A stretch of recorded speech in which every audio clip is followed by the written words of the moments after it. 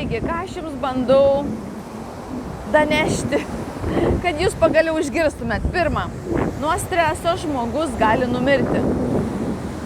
Tiesiog nuo streso. Jeigu stresas ištisai, žmogus tiesiog gali numirti, jeigu jis nesugeba kontroliuoti, priimti situacijos sudėtingos ir jis tiesiog gali numirti.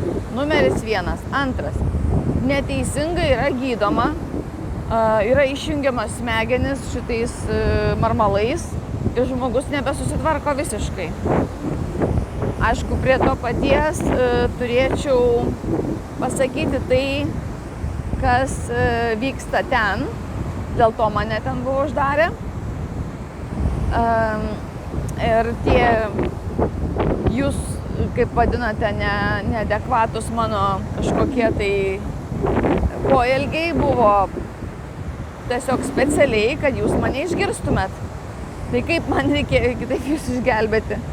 Na ir paskutinis, aišku, tai, kad jūs išgelbėčiau, kad išgelbėsim ir Lietuvą, ir visą pasaulį nuo karo.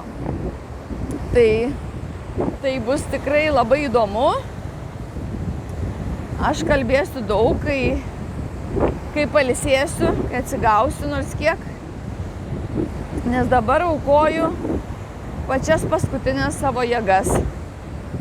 Ir ašgi prisikėliau iš pelenų tam, kad jums padėti. Taip, kad šutinkit visi į Lietuvą ir laukiame. Iki.